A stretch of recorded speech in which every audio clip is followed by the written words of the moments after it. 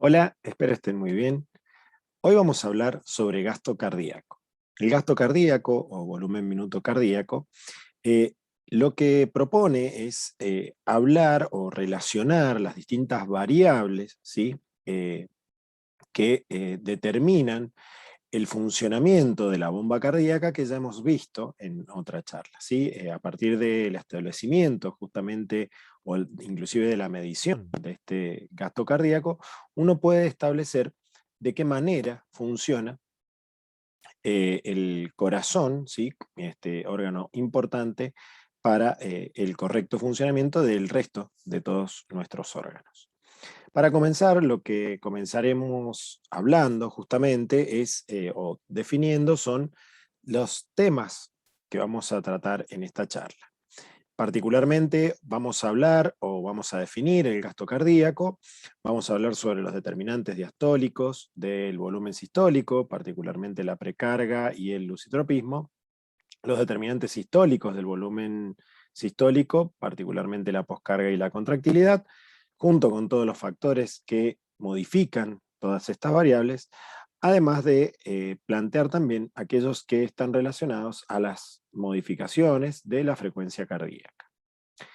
Muy bien. Para comenzar entonces vamos a hablar un poco de la definición. El gasto cardíaco, como habíamos anticipado, es el cociente, ¿sí? Entre, perdón, no el cociente, el producto entre volumen sistólico y frecuencia cardíaca, ¿sí? La función ventricular, ya sea de relajación, llenado y expulsión de la sangre, está representado por este volumen de descarga, ¿sí? De sangre que ocurre durante la sístole, tanto del ventrículo izquierdo como el ventrículo derecho, y que se va dando a lo largo del tiempo, ¿sí? Esto va a determinar entonces que las unidades de medida de este gasto cardíaco serán de litros por minuto, ¿sí? Y en una situación de reposo, el valor normal se encuentra entre los 4 y 7 litros por minuto. En cuanto a otra variable que es importante tener en cuenta y que también sirve para determinar el funcionamiento de esta bomba cardíaca, es el establecimiento del índice cardíaco, que lo que hace es relacionar justamente el gasto cardíaco con la superficie corporal. ¿Sí? La superficie corporal, establecido en metros cuadrados de superficie, determina entonces valores de referencia de acuerdo a la edad y entonces también al sexo y también a la contextura física de cada paciente. Para comenzar, entonces, comenzaremos hablando de aquellas determinantes o aquellos factores que van a modificar el volumen sistólico. Entonces, dentro de aquellos factores que modifican el volumen sistólico, podemos decir que dependen del estado contráctil del miocardio y las condiciones de carga del ventrículo. Vamos a ver, por un lado, entonces, aquellos factores que estarán relacionados al estado contráctil del músculo cardíaco y también, por otro lado, a las condiciones de carga. Particularmente para hablar del estado contráctil del miocardio, podemos decir que los principales factores determinantes serán la contractilidad, la relación fuerza-frecuencia cardíaca, la relación entre el intervalo que haya y que queda determinado justamente también por la frecuencia, y la denominada curva de elastancia. Para comenzar entonces, hablaremos sobre la contractilidad, sí, primero definiendo como cuestión general que todo aumento de la contractilidad produce un aumento del volumen sistólico, ¿sí? Cuestión representada en esta gráfica y que se debe al efecto o digamos, al cambio producido en el músculo de tipo inotrópico positivo, ¿sí?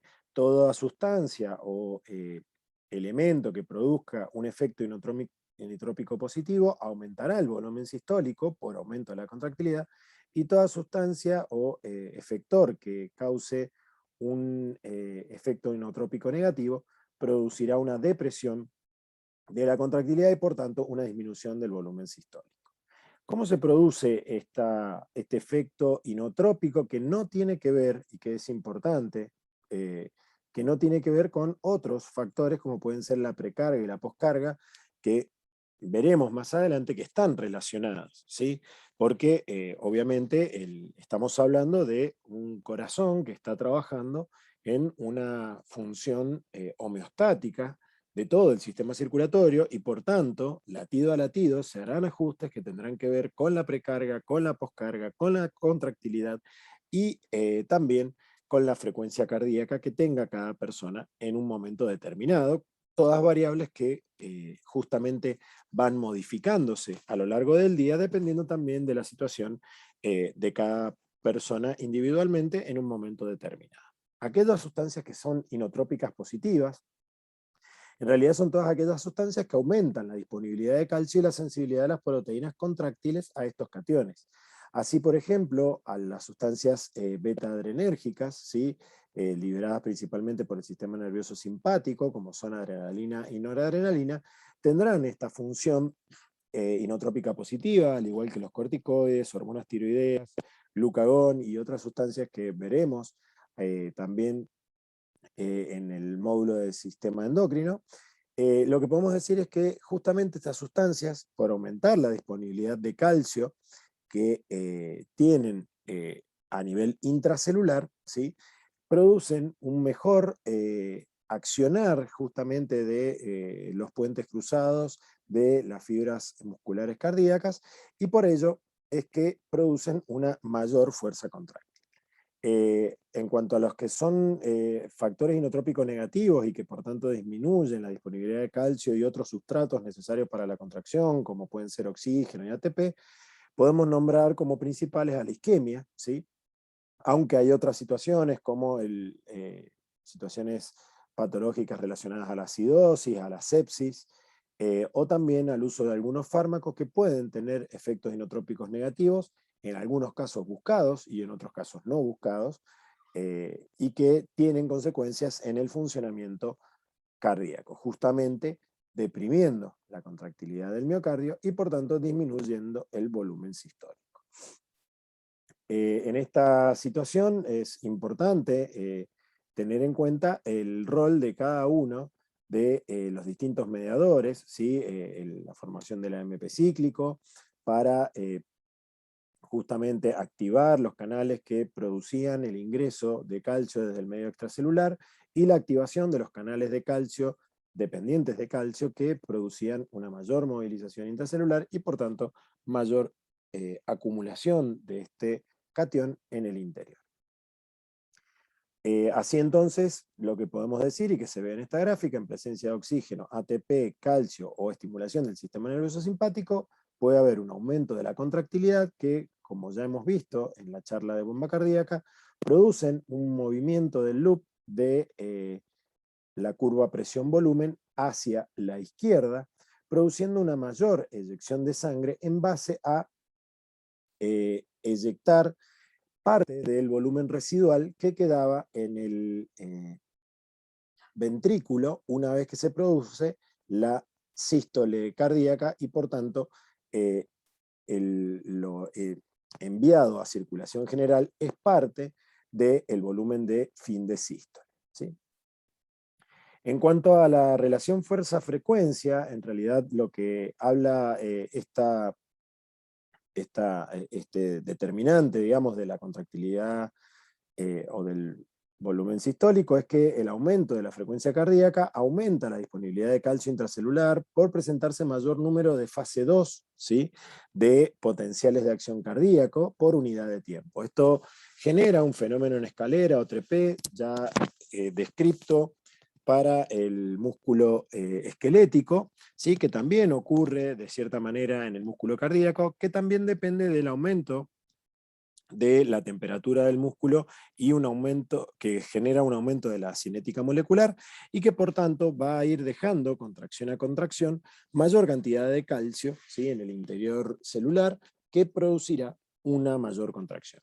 Esto obviamente que hay que recordar que en el músculo cardíaco tenemos una limitación a este efecto producida por periodo refractario, absoluto y relativo, en los cuales no habrán nuevos potenciales de acción que produzcan una contracción efectiva por encontrar a los canales de sodio en posición cerrada, y por ello es que no se produce una despolarización efectiva.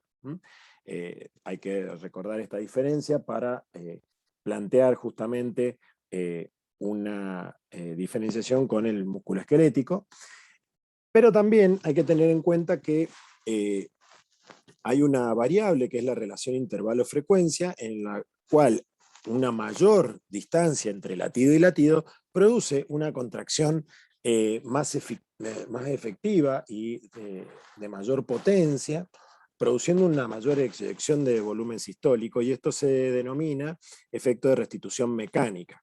¿Sí? Este efecto queda establecido por la mayor disponibilidad de canales y de fibras para ser reclutadas, que se produce cuando la pausa es suficientemente compensadora entre latido a latido y que permiten una contracción más eficiente a nivel del ventrículo. Es decir que hay dos variables, ¿sí?, que son distintas, como puede verse en pantalla.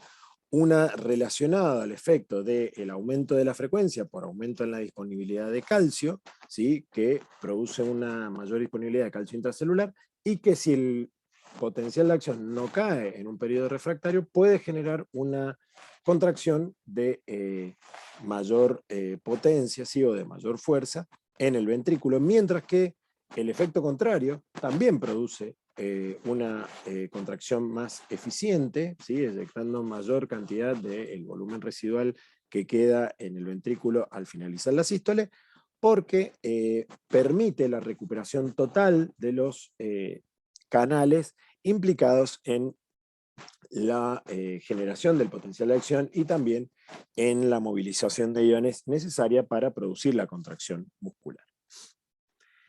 En cuanto a las curvas de elastancia, lo que podemos decir, ya hemos hablado de estas curvas que tienen que ver justamente con la relación presión-volumen de fin de diástole, ¿sí?, que es la curva graficada en rojo en este punto, y de la de fin de sístole, ¿sí?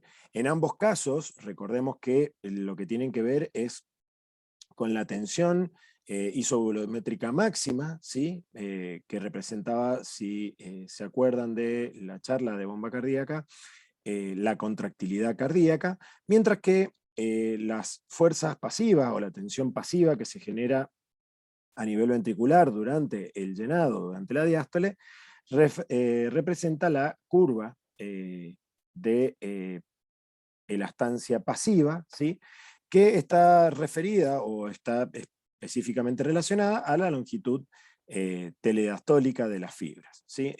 Puntualmente, entonces, lo que hay que tener en cuenta es que cambios en la elastancia, ¿sí?, sin modificar ni la precarga ni la poscarga, producirán también ajustes en el volumen sistólico, ¿sí?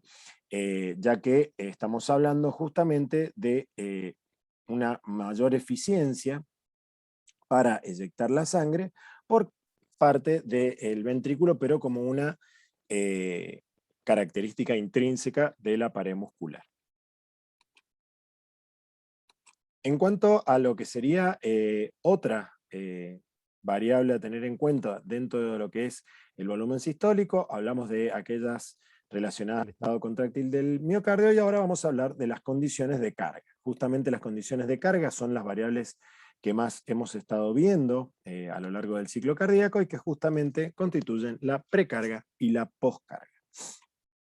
Para recordar, la precarga es el aumento, digamos, de la longitud telediastólica de las fibras debido a un aumento en el volumen de llenado del ventrículo, lo cual producirá una mayor fuerza de contracción y por tanto una eyección de un volumen sistólico mayor que en el tiempo inicial, donde la precarga era menor. Es decir, que un aumento de la precarga determinará un aumento del volumen sistólico y tendrá ciertas variables de las cuales dependerá esta precarga, Una de ellas será la distensibilidad, ¿sí? Dependiente por ahí del espesor de la pared específicamente.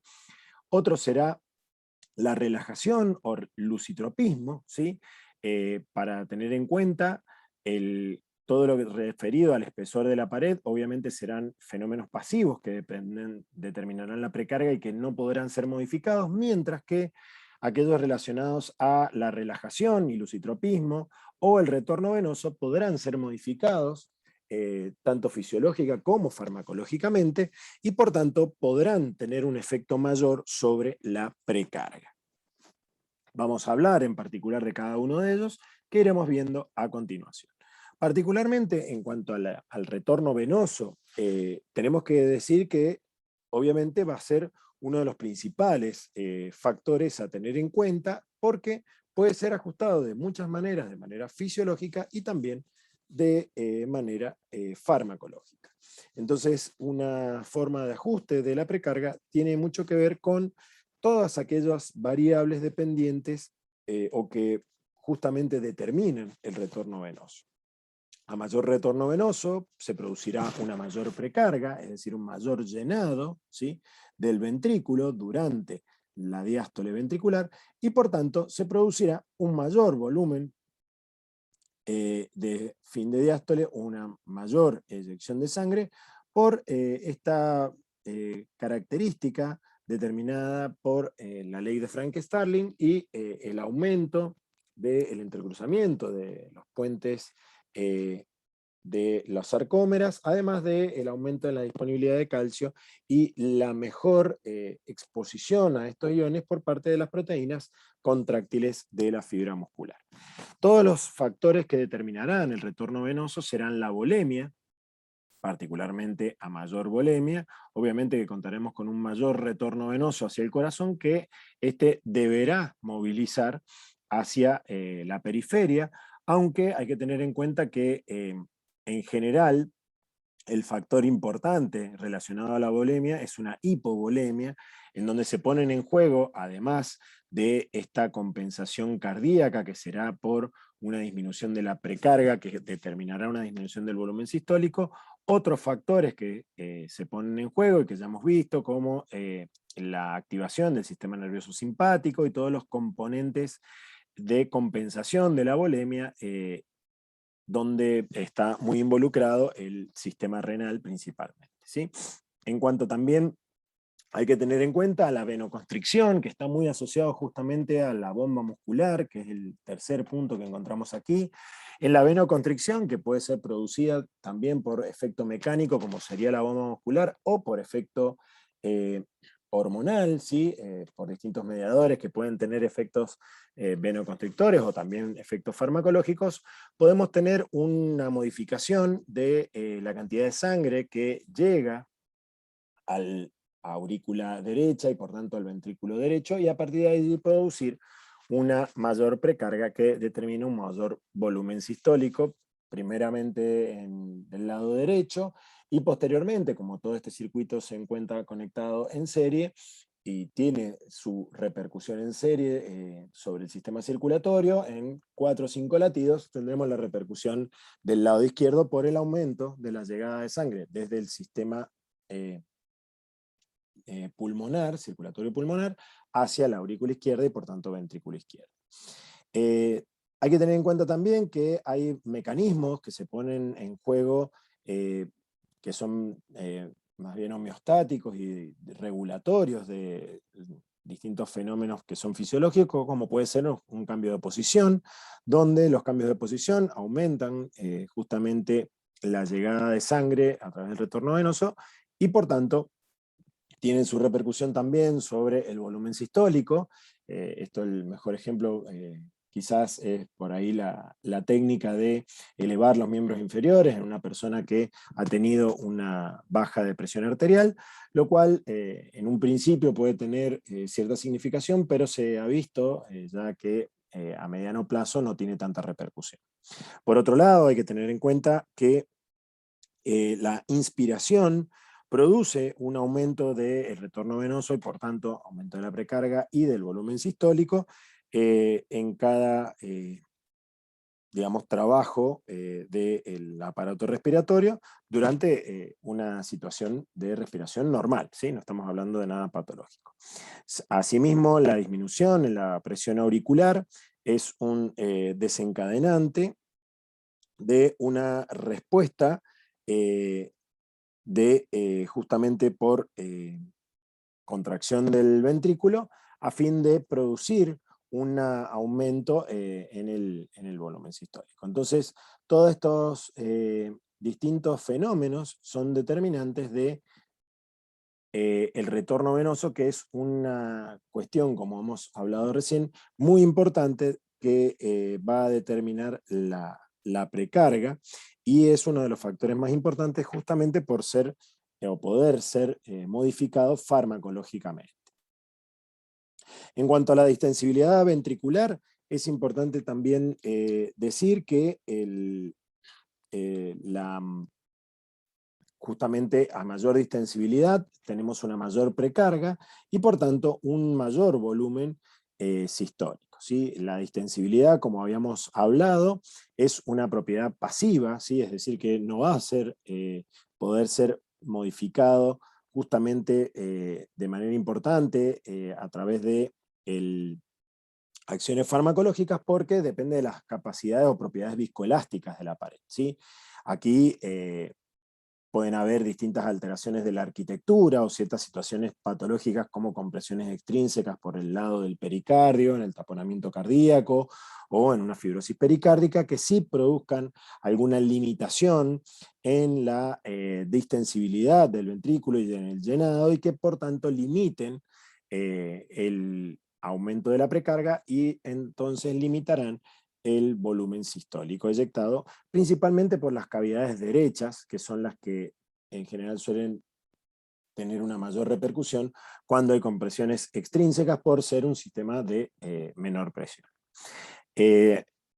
También hay que tener en cuenta, dentro de lo que es la distensibilidad ventricular, que hay algún factor relacionado a una cuestión más activa, como es la relajación ventricular. Hay que recordar que el lusitropismo, ¿sí?, es una propiedad cardíaca que es activa. ¿Por qué es activa? Porque en realidad depende de la recaptación del calcio por el sarcolema, ¿sí? En estos intercambiadores de calcio-sodio regulado por fosfolámbar. Es decir, que es necesario que activamente se movilice el calcio que se encuentra en el interior celular, y que anteriormente habíamos dicho que su presencia en mayor cuantía estimulaba la contractilidad. Bueno, su movilización activa también facilita la relajación ventricular, y es por ello que se tiene en cuenta este factor como una capacidad, ¿sí?, o una, digamos, una actividad justamente que requiere ATP y que es activa para producir la relajación, ¿sí? No es una situación únicamente limitada por una cuestión pasiva, como estábamos hablando de las propiedades viscoelásticas de la pared. Muy bien. Finalmente, dentro de las cuestiones relacionadas a la precarga, tenemos que nombrar la importancia de la sístole auricular. Recordemos que la contracción de la aurícula aporta el 15 al 20% del volumen de fin de diástole, que no suele ser limitante y significativo para mantener un correcto gasto cardíaco, pero sí puede ser importante en ciertas situaciones patológicas o en situaciones fisiológicas, como pueden ser un ejercicio físico donde la modificación de otras variables que van de la mano con el ejercicio físico, como puede ser la descarga simpática, el aumento de la frecuencia cardíaca y demás, requieren la participación activa de la sístole auricular para mantener el volumen sistólico lo más estable posible. En cuanto a la frecuencia cardíaca, hay que tener en cuenta que dependiendo de la cantidad de latidos por minuto, podemos tener distintas variaciones, ¿sí?, en la precarga. Si la frecuencia cardíaca está por encima de los 140 latidos por minuto, vamos a tener un problema de que hay una reducción tal del tiempo de llenado ventricular que va a empezar a producir una limitación, ¿sí?, importante de este llenado, por tanto, una disminución de la precarga y que va a terminar causando, ¿sí?, un volumen sistólico reducido que puede llegar al colapso circulatorio si no es compensado rápidamente. Mientras tanto, entre los 100 y 140 latidos por minuto se produce una mayor recaptación de calcio y ahí es donde mejora el lusitropismo, por lo cual fíjense cómo la frecuencia cardíaca cuando es extrema es contraproducente, pero cuando se encuentra dentro de un rango fisiológico como podría ser una situación de ejercicio físico, eh, el aumento de la frecuencia cardíaca produce una mejora en el lucitropismo y por tanto mantiene estable, o lo más estable posible, la precarga para cumplir con las necesidades del organismo. En cuanto a la poscarga, tenemos que recordar de lo que ya vimos anteriormente en la charla de bomba cardíaca, que la poscarga estaba limitada por la presión que debe ejercer el ventrículo para enviar la sangre hacia la aorta, ¿sí? Es decir, que tiene que ser mayor la presión en el ventrículo que la presión aórtica para poder producir el envío de la sangre. Es decir, que en el loop de presión-volumen lo que estamos haciendo es aumentar la poscarga subiendo en este punto, ¿sí?, donde la presión del ventrículo es mayor a lo normal, y este aumento de la presión lo que producirá será una disminución del volumen sistólico. ¿Sí? Aquí esto es importante tener en cuenta porque estamos hablando de una relación inversa, no como estábamos hablando recién de la precarga, siguiendo hablando sobre los condicionamientos de la carga del ventrículo. ¿Sí? Entonces, vamos a tener algunos factores determinantes que estarán involucrados o relacionados a la geometría ventricular, es decir, nuevamente tendremos algunos fenómenos pasivos en los cuales no podremos producir modificaciones, ¿sí? Mientras que tendremos algunas situaciones como, o algunos determinantes como la impedancia aórtica y la resistencia periférica, que sí pueden ser modificados fisiológica y farmacológicamente, y que por tanto serán los principales determinantes de la poscarga cardíaca, o al menos los de mayor importancia clínica, ¿sí? En cuanto a la geometría y presión ventricular, aquí lo que tenemos que hablar es la importancia de la ley de Laplace, ¿sí?, que relaciona o que habla de que la tensión de la pared depende de la presión durante la sístole, ¿sí?, el radio de la cavidad y el espesor de la pared. Es decir que en esta ley de Laplace vamos a tener dos potenciales modificaciones generadas por cambios en la presión o en el volumen, ¿sí?, de sangre que va a estar llegando a estos ventrículos. Particularmente cuando uno habla de poscarga, lo que está haciendo es un aumento de la presión que produce justamente un menor diámetro de la cavidad por aumento del espesor de la pared. Es decir, que la respuesta a un aumento en la poscarga será, por parte del ventrículo, y más evidente en el ventrículo izquierdo, un aumento en el espesor de la pared, cuestión que clínicamente pueden haber escuchado asociada a la hipertensión arterial. ¿Sí? La hipertensión arterial determina inicialmente un aumento en el espesor de la pared para compensar ese aumento de presión justamente que se encuentra en el circuito periférico, ¿sí?, o en el árbol arterial, y que debe vencer el corazón para eyectar la sangre. Mientras que en cuanto al aumento de volumen, determinará un mayor diámetro de la cavidad con una disminución del espesor de la pared y por tanto el esfuerzo parietal será mayor, ¿sí? Esto es la denominada hipertrofia concéntrica y hipertrofia excéntrica, cuestiones que verán más adelante en la carrera, porque están relacionados justamente a los cambios que se pueden observar en distintas patologías del sistema cardiovascular. Sin embargo, es importante entonces tener en cuenta que la tensión de la pared estará influenciada por la presión durante la sístole, el radio, ¿sí?, y el espesor de la misma. ¿Sí? De manera directa la presión en el radio y de manera indirecta el espesor de la pared. Estas cuestiones son las denominadas fenómenos pasivos porque no son objeto por ahí de modificación, al menos en el corto plazo, para compensar justamente una alteración o un fenómeno patológico asociado a cambios en la poscarga. Sin embargo, sí podemos tener en cuenta algunos otros factores que sí pueden ser modificados, como pueden ser la impedancia aórtica. La impedancia aórtica es la resistencia del arco aórtico a la salida de sangre, ¿sí?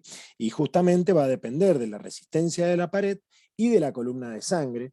Aquí vemos una imagen de una aorta normal y una aorta denominada desenrollada, asociada justamente a cambios en la impedancia aórtica, que pueden estar asociadas a distintas patologías, pero que justamente esto es un fenómeno propio de la pared de la aorta, ¿sí? Aquí entonces la resistencia y la columna de sangre serán los principales determinantes, mientras que la resistencia periférica va a ser el principal factor o que será objeto también de tratamientos farmacológicos, porque la hipertensión arterial es una enfermedad de mucha prevalencia en nuestra sociedad y que puede ser compensada farmacológicamente desde muchos puntos de vista, teniendo en cuenta muchas veces cómo actúa este fenómeno, ¿sí? La resistencia dependerá o estará determinada por la vasoconstricción y vasodilatación en el árbol arterial. Esto hay que tener en cuenta que el principal sector donde se producirá una gran variación en la resistencia será a nivel de las arteriolas, ¿sí? La ley de Poiseuille establece que la resistencia al flujo varía directamente con la longitud del vaso, en este caso del conducto, la viscosidad del fluido, en este caso la sangre, y el radio, pero con una influencia de tipo cuadrático. Es decir, que aquí lo importante a tener en cuenta es que un radio que se reduce a la mitad, ¿sí? Hablando del árbol arterial en general, produce un aumento en la resistencia de 16 veces. Es decir que este fenómeno es el que determina justamente los cambios principales observados en la poscarga, ¿sí? Y que requieren cierta corrección, porque lo importante, y que está graficado en esta figura de la derecha, es que todo aumento de la poscarga, como en un principio genera una disminución del volumen sistólico, es corregido, ¿sí? Y esta corrección es dependiente de aumentar justamente la contractilidad cardíaca. ¿Para qué? Para poder eyectar una mayor cantidad de sangre y de esa manera mantener un volumen sistólico que sea igual al volumen sistólico inicial, ¿sí? O al volumen sistólico que normalmente tenía esa persona. Entonces, lo que finalmente va a realizar esa persona que tenga un aumento en la resistencia periférica total y por tanto un aumento en la poscarga será un mayor trabajo cardíaco, y eso tendrá sus repercusiones tanto estructurales como hemodinámicas, y es por ello que son el objeto de distintos tratamientos, ¿sí?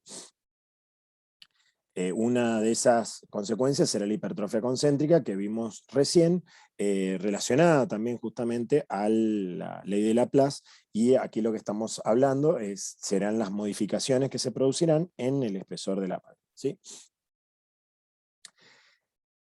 Así entonces, hemos hablado de todas las variables que van a modificar el volumen sistólico. Ahora vamos a hablar rápidamente de aquellas relacionadas a los ajustes o cambios en la frecuencia cardíaca, dado que muchos de ellos, o los principales al menos, ya los hemos ido conversando desde las charlas de sistema nervioso autónomo en fisiología del sistema nervioso, como así también la influencia del sistema nervioso simpático y parasimpático sobre los potenciales de acción automáticos producidos a nivel de los nódulos en el corazón.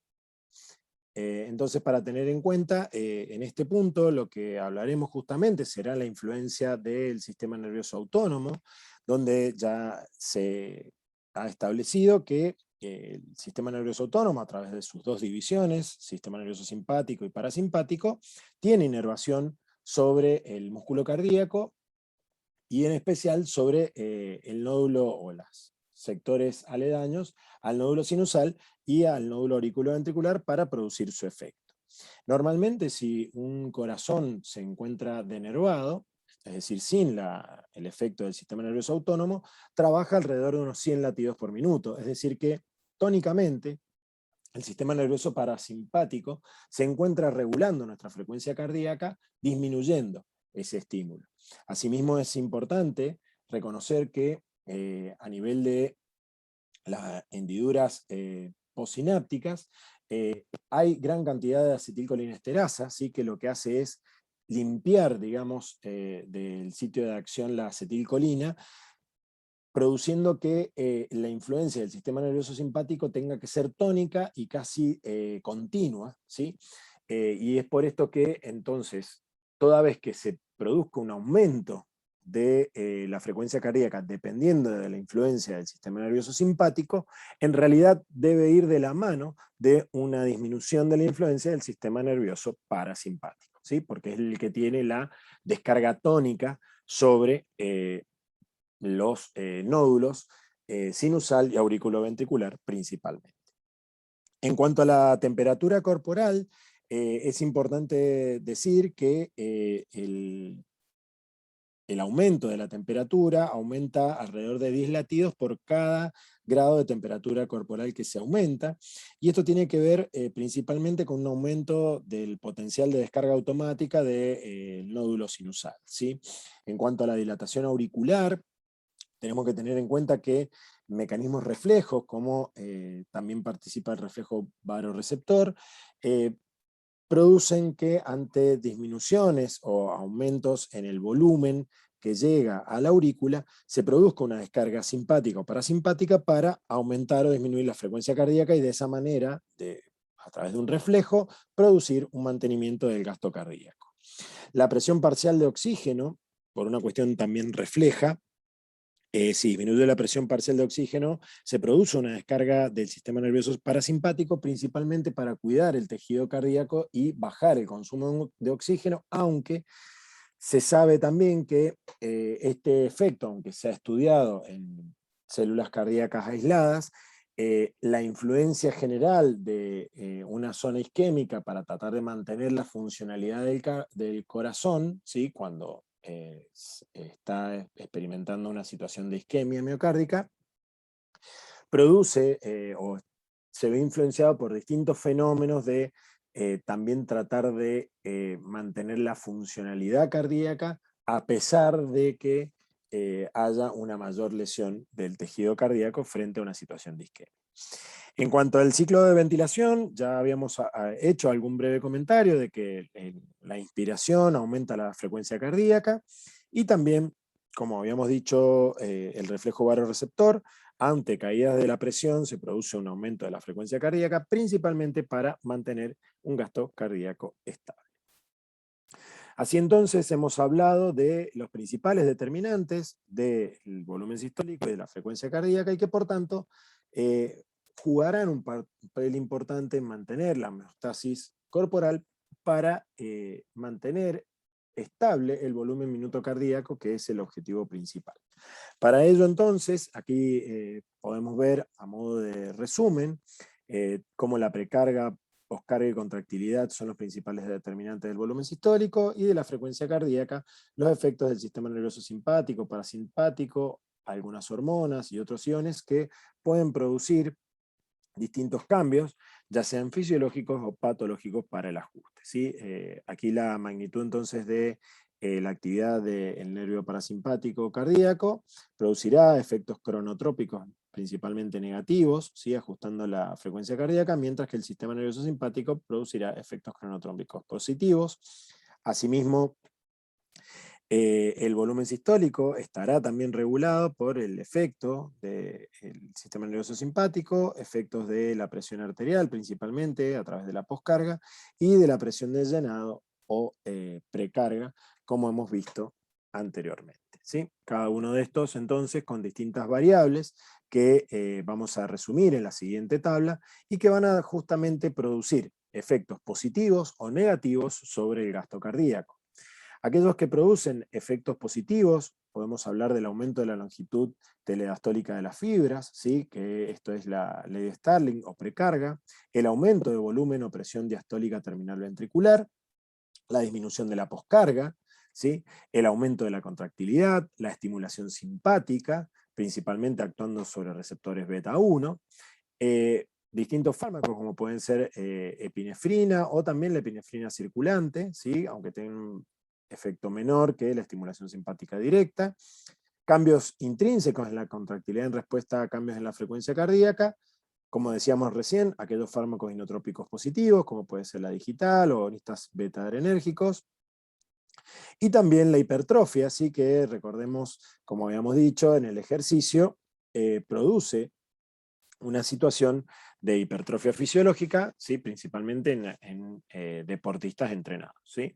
Los efectos negativos sobre el volumen minuto cardíaco o el gasto cardíaco serán la disminución de la longitud telediastólica de las fibras, la disminución del volumen o presión diastólica terminal ventricular, la disminución de la distensibilidad ventricular, ya sea por hipertrofia, por taponamiento cardíaco, por tejidos cicatrizales que afecten el normal funcionamiento del corazón, el aumento de la poscarga, el aumento del radio ventricular, ¿sí? Esto principalmente relacionado a lo que habíamos hablado de la ley de Laplace, aquellos fármacos inotrópicos negativos, ¿sí? Situaciones de enfermedades como pueden ser isquemias, ¿sí? O miocarditis, que justamente afecten el correcto funcionamiento de las fibras miocárdicas, y aquellos fenómenos que produzcan una mala recuperación de la funcionalidad cardíaca, como pueden ser situaciones de taquicardias ventriculares a ritmos muy elevados o supraventriculares, ¿sí? Frecuencias cardíacas irregulares, como podrían ser las fibrilaciones, ¿sí? Tanto auricular, ni hablar de la ventricular, o además situaciones de estenosis, ¿sí? De las válvulas aórtica y mitral, que terminan produciendo una disminución de la eyección de la sangre, ya sea del paso de la aurícula hacia el ventrículo, como podría ser una estenosis de la válvula mitral, o del ventrículo izquierdo hacia la aorta, como podría ser una estelosis de la válvula aórtica. Bueno, muy bien, hasta aquí ha sido todo por hoy. La bibliografía de base para esta charla ha sido el libro de Bases Fisiológicas de la Práctica Médica de Bessie Taylor, del cual recomiendo su lectura. Muchas gracias por su atención, será hasta la próxima.